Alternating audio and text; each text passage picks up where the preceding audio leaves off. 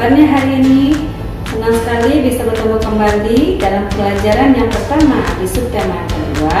Di tema yang kedua selalu berhemat energi, dan subtema yang keduanya adalah manfaat energi. Nah, pada pertemuan pembelajaran pertama ini kita akan membahas mengenai teks petunjuk, kemudian perubahan bentuk energi dalam kehidupan sehari-hari, dan kita akan membahas mengenai pemanfaatan hewan dan tumbuhan oleh manusia. Nah, yang pertama kita bahas dulu mengenai teks petunjuk.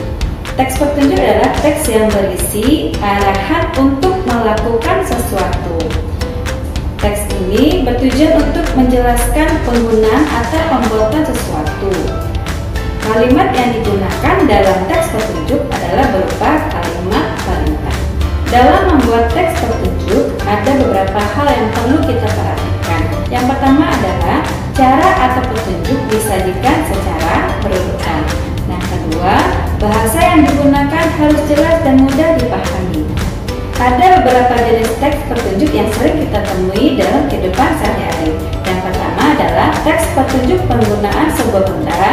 Kemudian yang kedua, teks petunjuk membuat sesuatu. Lalu yang ketiga, teks petunjuk melakukan sesuatu. Dan yang keempat adalah teks petunjuk arah. Nah, mari kita pahami setiap langkah pada teks petunjuk membuat kipas kertas berikut ini satu persatu. Setelah itu, kita dapat membuat kipas kertas sesuai dengan teks petunjuk yang diberikan.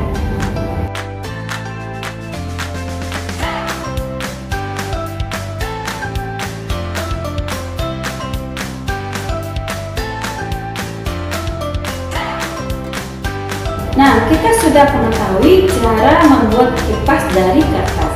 Sekarang, kita perhatikan cara menggunakan kipas tersebut. Untuk dapat menggerakkan kipas, kita memerlukan energi.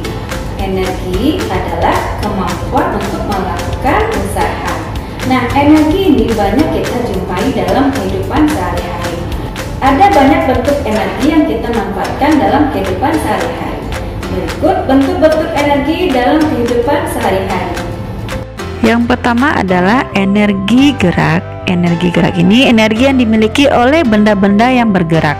Contohnya, gerak angin, gerak kendaraan yang melaju. Lalu yang kedua, energi panas. Energi yang berasal dari benda-benda yang menghasilkan panas. Contohnya, panas matahari, panas api. Lalu yang ketiga, energi bunyi. Energi yang berasal dari benda-benda yang bergetar sehingga menghasilkan bunyi. Contohnya adalah bunyi alat musik, bunyi petir.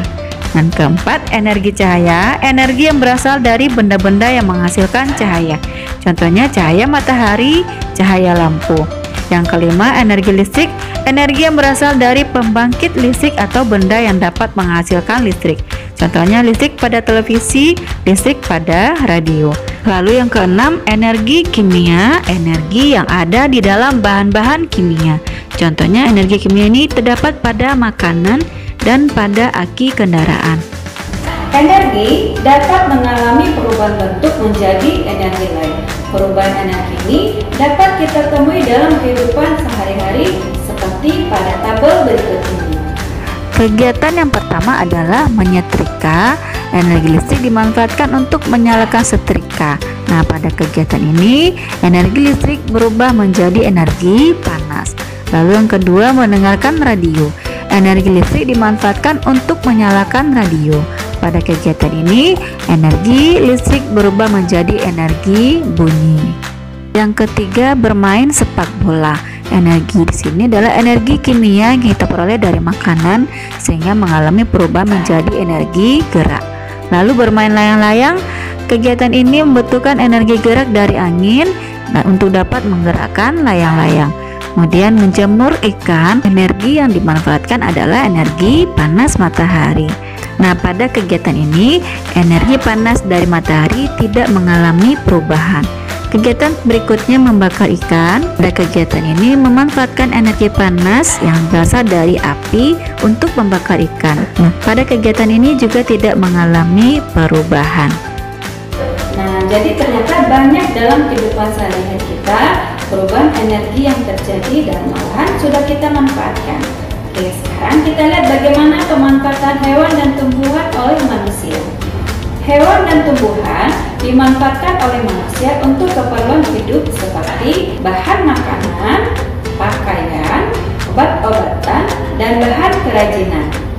Contoh pemanfaatan hewan salah satunya adalah sapi.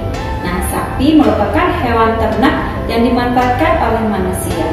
Sapi, selain kita gunakan dagingnya untuk dimakan, banyak manfaat yang kita peroleh dari sapi. Di antaranya adalah susu yang kita peroleh dari sapi, kemudian kulitnya, lalu tenaganya. Sapi ini diolah menjadi bakso, kemudian menjadi sosis dan makanan lainnya. Dan susu sapi dapat diolah menjadi produk susu, kemudian menjadi yogurt dan menjadi keju.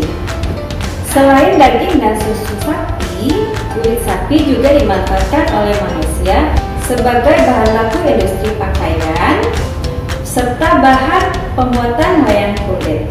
Contoh pemanfaatan tumbuhan oleh manusia adalah manusia memanfaatkan hasil pertanian untuk diolah menjadi berbagai jenis makanan. Di Indonesia, beberapa jenis tanaman pertanian seperti padi, jagung, ubi itu dijadikan sebagai sumber makanan pokok. Nah, selain tanaman pertanian ini, juga ada tanaman perkebunan seperti sayuran dan buah-buahan. Nah, jadi segala sesuatu yang kita butuhkan itu kita peroleh dari alam dan kita harus memanfaatkannya dengan baik. Baiklah student, demikianlah pembelajaran pada hari ini. Jangan lupa tetap semangat dalam belajarnya dan kita doakan semoga pandemi ini segera berakhir dan kita bisa kembali ke sekolah. Jaga kesehatannya selalu ya. Sampai jumpa.